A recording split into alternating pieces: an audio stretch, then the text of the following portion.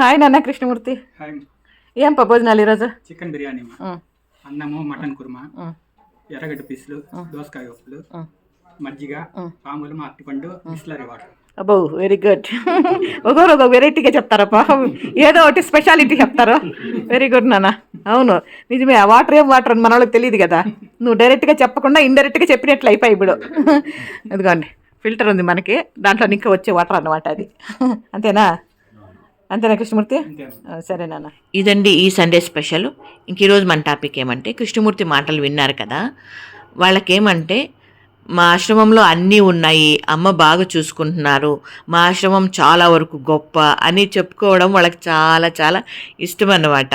ఎందుకో తెలియదు. నేను ఇక్కడ ఉన్నప్పుడు కానీ నేను లేనప్పుడు కానీ వాళ్ళ మాట తీరు అదే విధంగా ఉంటుంది. అంటే మా ఆశ్రమం గొప్ప అన్నట్లుగా వాళ్ళు ఆ రకంగా మనస్ఫూర్తిగా చెప్పినప్పుడు నాకైతే చాలా సంతోషంగా అనిపిస్తుందండి.